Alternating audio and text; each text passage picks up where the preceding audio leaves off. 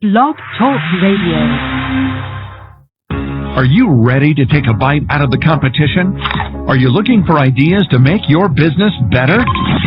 Welcome to the Core Business Show with Tim Jacquet, sponsored by Apple Capital Group. At the core of every successful business, you'll find people making a difference. And with each episode of the Core Business Show, we talk with those people, examine those ideas, and explore the strategies that make them special. Now, the host of the Core Business Show, Tim Jacquet. Good morning, everybody. Welcome to another edition of the Core Business Show. I'm Tim Jacquet, your host. Today, we're going to talk about our topic is free speech at Western Michigan University Fringe. Our special guest today is Theodore Schobot. He's going to be our speaker today. If you'd like to chime in the conversation, we invite you to go in the chat room. You can post your question there, or you can call in at 347-324-3460. Theodore, welcome to the program. Thanks for having me, sir. I guess to begin with, kind of tell us about yourself. Our listeners like to hear personal stories, bios about the person. So kind of tell us about yourself, and then we just go straight into the topic.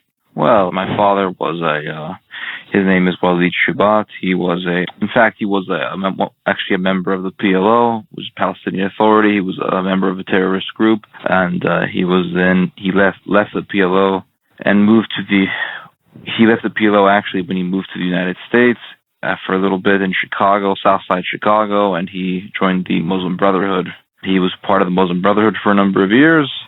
And in 1993, he saw the light and converted to Christianity. And from then on, from 1994, 1995, he began to speak out against Islamic fundamentalism and to actually forewarn Americans about coming threat of Islamic fundamentalism. In fact, he was warning people about terrorist attacks before 9/11 even happened. And in 2005, 2004, 2003, he was doing such. Also, before 9/11, he was telling people they're going to blow up your buildings, they're going to blow up your buses, they're going to blow up your streets. People began to laugh at him. And once 9/11 happened, people were calling him up.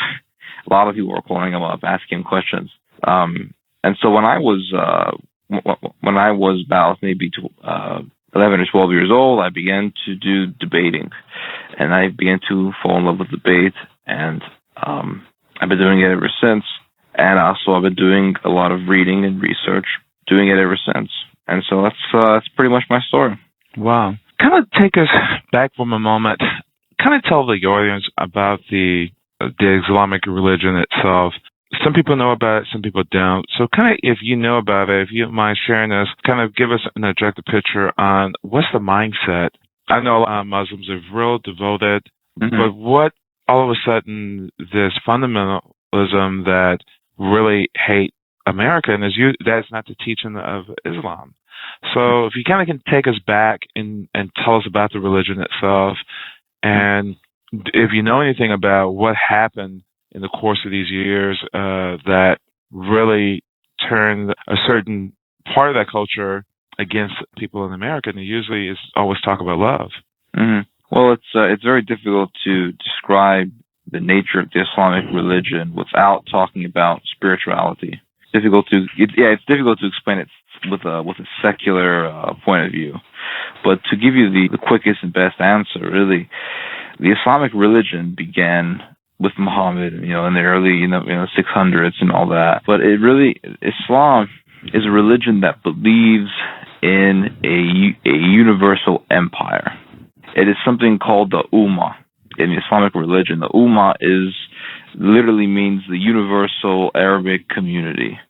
And in order to, basically what that is everybody speaking the same language, Arabic, worshiping the same God, Allah, and following the same code of law, Sharia. And Sharia means the way. Well, the way of what? The way of Islam.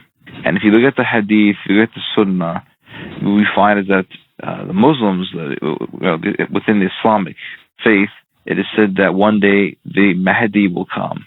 The Mahdi is the Islamic Messiah. He will come and he will establish the Ummah. And he will establish the kingdom of heaven. And forever, people will begin to now follow Sharia. everybody will speak the same language, like a Tower of Babel, if you will. Sure. But in order to establish this, the Mahdi to come, the Muslims have to wait. Eventually, they believe that this figure will one day rise up, and he will establish this collectivist society. That is the end times belief of Islam. Just the regular belief of Islam is this idea that you follow the 5 ways of Islam, which is prayer, charity, going to Hajj, praying 5 times a day, doing Ramadan. And people say, well, it sounds really great. Well, in Islam, those 5 pillars actually get prevailed over when someone does jihad, when someone actually goes out and fights. So the person who prays 5 times a day, does Ramadan, went to Hajj, actually may not even go to heaven. See, salvation in Islam is not guaranteed. In Christianity, you accept Jesus Christ as your Lord and Savior. Salvation is guaranteed.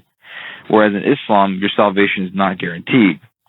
So they say, well, the most guaranteed way to get into heaven is if you die while fighting. And in the hadith, it says that just a drop of the martyr's blood on the earth will become a sweet odor to Allah, and he will not taste hell.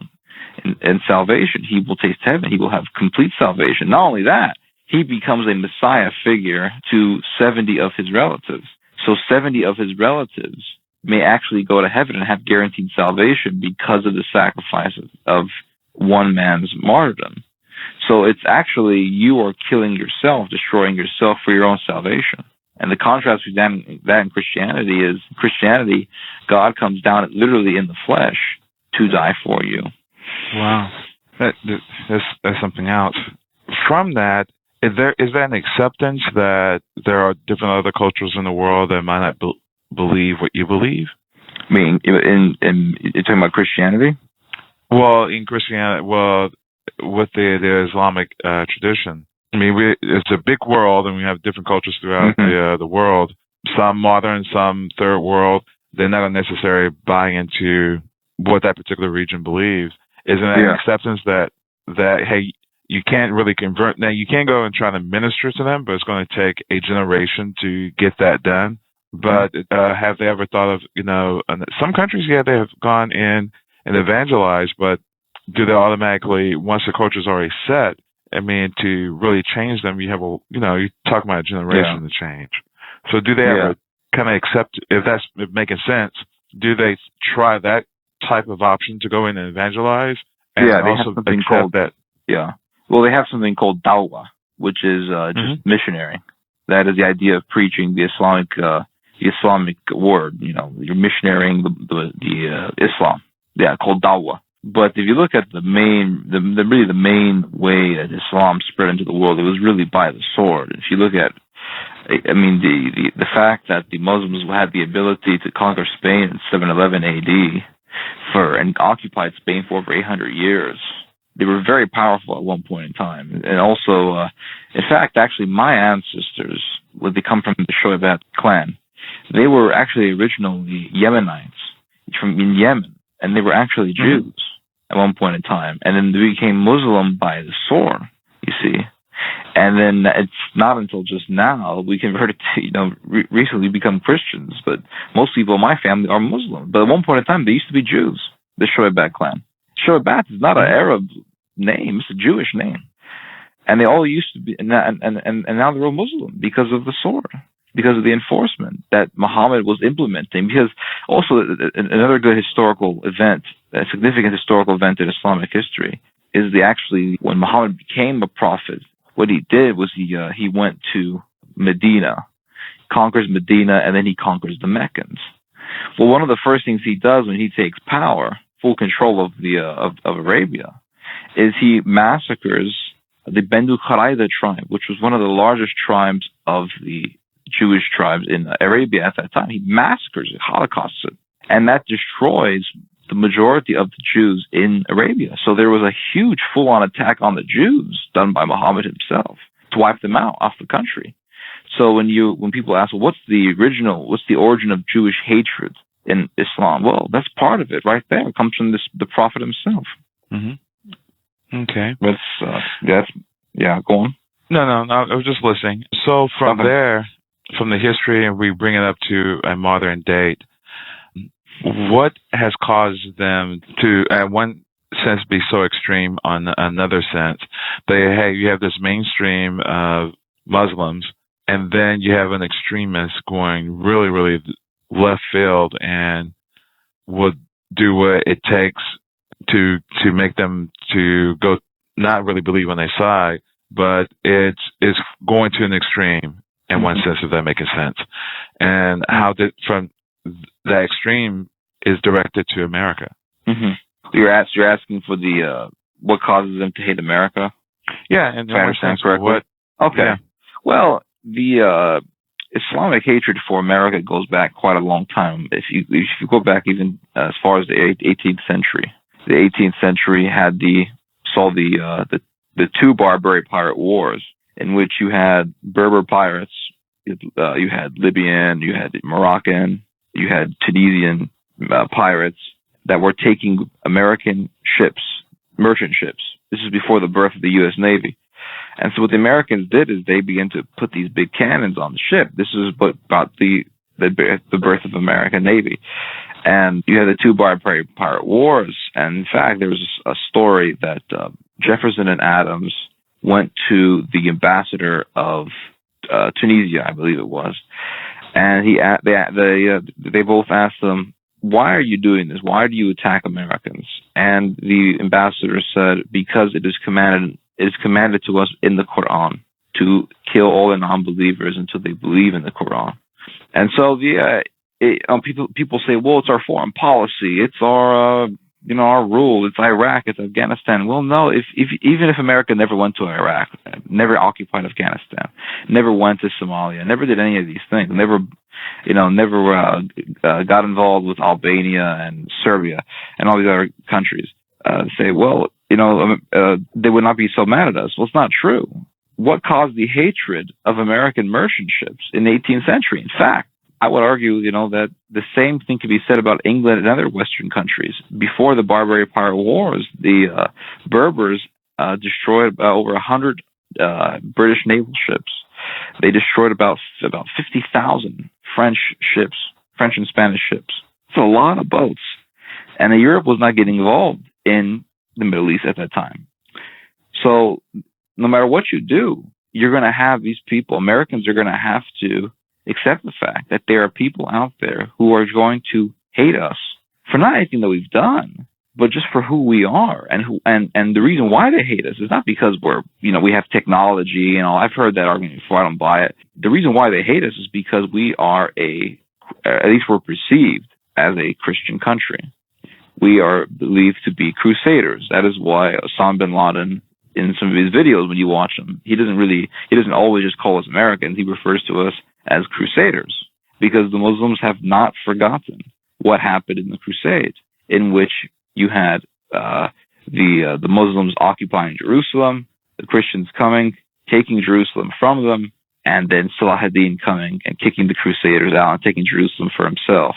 And then before that, you had the beginning of the Crusades in the 1000s, in which you had Pope Urban II say that the Muslims are massacring the Christians in the Middle East, in Israel, and we need to go and help our fellow brethren. That's exactly what happened. You had the Christians literally being massacred by the Muslim occupiers of Jerusalem, by the pilgrims of Jerusalem, and the Crusades came to assist them, to help their fellow Christian. And so, ever since then, Muslims have never forgotten the Crusades. Wow. So, people don't understand the Middle East. People in the Middle East, they don't think in terms of days, weeks, months, and years. They think of terms in centuries and decades. So to us, 9/11 is, it's a recent thing. Well, to them, a decade ago is a recent thing. You see, that's the mindset that people don't ever grasp. Wow, that's powerful. We're going to take a break, and we're going to be back in a moment and talk a little bit more about the move towards the free speech at Western Michigan University. We'll be back in a moment with the Core Business Show. Thank you, Theodore. Hold on. You're listening to the Core Business Show, sponsored by Apple Capital Group. Apple Capital Group in Jacksonville, Florida, is a commercial lender that specializes in asset-based loans, equipment leasing and financing, invoice financing, commercial real estate loans, and asset-based financing in the U.S. and Canada. Apple Capital Group is a direct lender that lends on their private equity investment portfolio. 90% of most loans are decided within 2 hours, and vendor funding within 24 hours after documents are completed, with a one-page application. No slow no's, just a quick decision and a fast yes. To get more information about lending from Apple Capital Group, call 866-611-7457. That's 866-611-7457 to speak with one of our loan specialists. Or visit us right now at applecapitalgroup.com. Welcome back to the core. Once again, here's Tim Jacquet. Everybody, welcome back. Again, free speech at Western University. I guess let's move towards the free speech at Western Michigan University in France. Kind of tell us the story behind that. Honestly, I really was not expecting this interview to happen. I don't really know the subject, to be honest with you. Oh, okay. If you enlighten me, I mean, if you tell me, I'll be glad to commentate on it. If not, we just go back towards what we were talking about before, and then we can go. I can always go back and reschedule this one. Kind of bring us back as they think about centuries. I know at the top of the hour you did talk about the way that there were two perspectives on the way they think, and you talk about the spirituality of the view. Can you go a little bit more in depth about the spirituality? We have time, so kind of give us like two. You're giving us one. But if you can go a little bit more in depth, we just wanted to kind of get an idea of the thinking.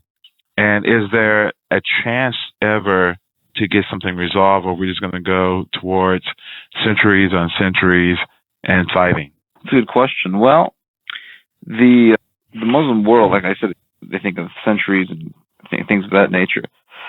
But I think that one day the fighting will end, but it won't end until kingdom come, because the American, for example, as of right now, the Western powers are, for the most part, not willing to really realize or undertake the true situation of what's going on.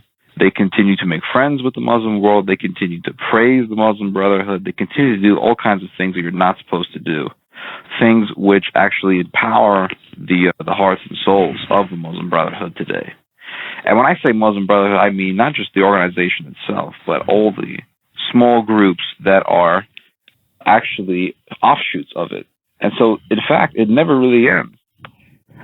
It never ends. And as long as you make friends with them, it's never going to end. As long as people as long as people don't identify at all that the problem is not just some economic issue. The problem is a religion, which is Islam.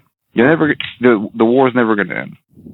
Wow. So I think that if you read the scriptures, you read the Old and New Testament, you read Ezekiel chapter 30, 28, 27, 26, 25, Isaiah 39, even going on before that, Jeremiah 39. If you look at these prophets, they all talked about how the Messiah, the Holy One, is going to come down, and he's going to destroy countries such as Edom and Moab and Egypt and Elam. Example is in Ezekiel talks about the destruction of Elam and how Christ or the Messiah will come down and break the bow of Elam, which is today Persia. He will destroy countries such as Somalia, which is in the Bible called it Cush. But Cush, we identify that with today with Somalia, which is today a Muslim country. And also prophets like Ezekiel and Jeremiah and Isaiah, they actually identify this evil one as Satan himself. You were in the Garden of Eden. You are wiser than Daniel. I will throw you into the pit. And the same devil, the same Satan, is actually referred to as the rulers of Egypt, the ruler of Elam, the ruler of Arabia. It's all talking about this one single person who rules over all of these countries. And it's very evident in Ezekiel, in which the Antichrist is actually compared to a tree who rules over many nations, and all these nations are referred to: Arabia, Somalia, Egypt, North Africa, Arabia, Iran, Syria today. All these countries today are Muslim countries. So you're seeing all these revolutions take place. Egypt is already Islamist. Libya and Tunisia are on their way pretty soon. What's going to happen is you're going to have all of these countries that are becoming Islamist, and when these countries become Islamist, they're no longer going to care about their Islamic or their national identity. So Egyptians are no longer Egyptians, Tunisians are no longer Tunisians. In fact, after the Tunisians did their revolution, the Tunisians were talking about getting rid of their national flag and replacing it with the green flag of Islam. And the reason why is because they don't want to be no longer nationalists. They want to be collectivists. So no longer are they Egyptians, Tunisians, Libyans, etc., Persians or Arabs. They are now Muslims. We are now members and citizens of the universal Islamic community. And they are going to want somebody to lead that universal Islamic community. Well, who's going to lead it? Well, eventually someone's going to rise up and say, I will lead the Ummah. I will lead the Ummah into becoming a world superpower. And once you see that, then you will see the rise of an Islamic empire. In fact, after the U.S. troops leave Iraq, which will happen eventually, sooner or later, it's going to have to happen, the Iraqis will allow Iran to conquer them, because in the Shiite prophecy, in fact, there's a prophecy that says Babylon must conquer Persia before the Mahdi comes, before the Islamic Messiah comes. And so once you have American presence gone, then Iran will talk about conquering Babylon, Iraq. Because it's part of the prophecy. The Iraqis are Shiite, just like the Iranians, and they will say, well, we'll allow the Iraqis to come right in, and they will allow the Iranians to subjugate them, and they'll become one superpower. And that is really, it's one of the signs, really, of this coming empire. So to say, is there one day going to be peace? No, I don't think so. I think there's going to be phases of fake peace. Is the fighting going to end? Yes, but not by our own hands. I believe it's going to take something much more powerful and sublime than our own current administration. Wow. So even when all this is said and done, and you start thinking about, let's take a step. So usually when you have another generation come after them, or the culture is just so embedded in them that they won't ever Westernize, if that makes sense. Because usually you have a generation will hold on to the traditions of the past. However, as their children become more and more Westernized, they really don't care about tradition anymore. Is there a risk of that, or you just really just embed it and they're restricting what's coming into their country? Then their kids will never be Westernized, so once they become Westernized, they really don't care. Well, there's a huge risk of that. Yeah. Well, there's a huge risk of that happening in the Western countries. You see that in the United States. You see that in England, in which you have parents who come from the Middle East, and then the generation after them, or the generation after that generation, comes out not caring about Islam. Yeah, definitely. That, of course, happens. I see it. I've seen it plenty of times. Myself being a Middle Eastern man in the Western world. Yeah, of course I see that. But if you're talking about countries like Iran, now Iran is an interesting place because people will say, well, the youth, and there's a youth in Iran, they don't care about that kind of stuff, and it doesn't really matter, to be honest with you. In fact, if you look at the elections that were squashed really by Ahmadinejad and his Ayatollahs a number of years ago, if you remember correctly, they were saying that it didn't matter. You had Ahmadinejad who wanted to become president, and then you had the other, his opponent, who was also running. And Ahmadinejad, he played with the votes. He put riot control, and he basically didn't allow the process of democracy to take its place.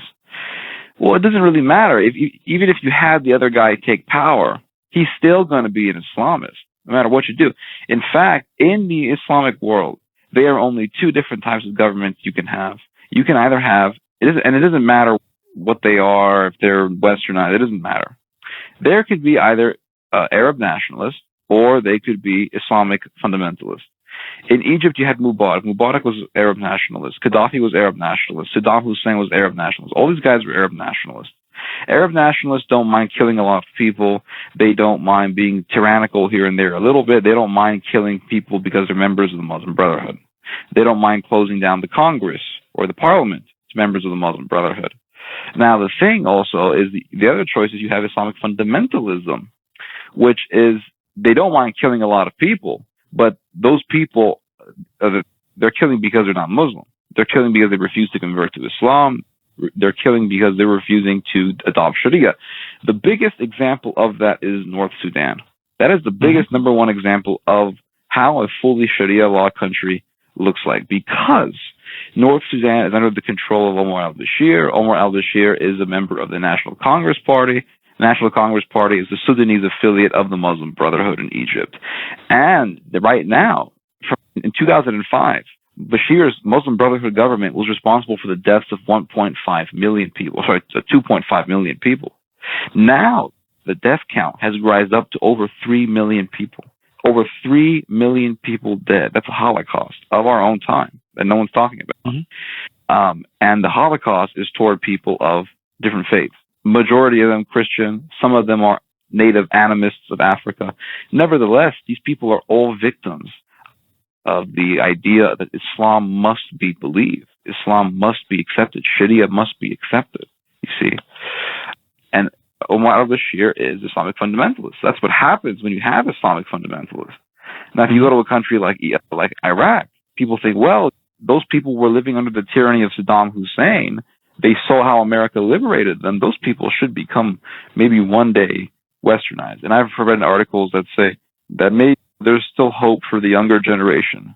That the older generation, there's no hope, but the younger generation, they will vote for someone democratically who is a peaceful leader. And that's just not true. It's just not going to happen. One, because you're talking about Iraq. You're talking about a country that's been living under tyrants since its very beginning. And two, because as long as the people are majority Islamic, they were going to vote for somebody who's Islamic fundamentalist.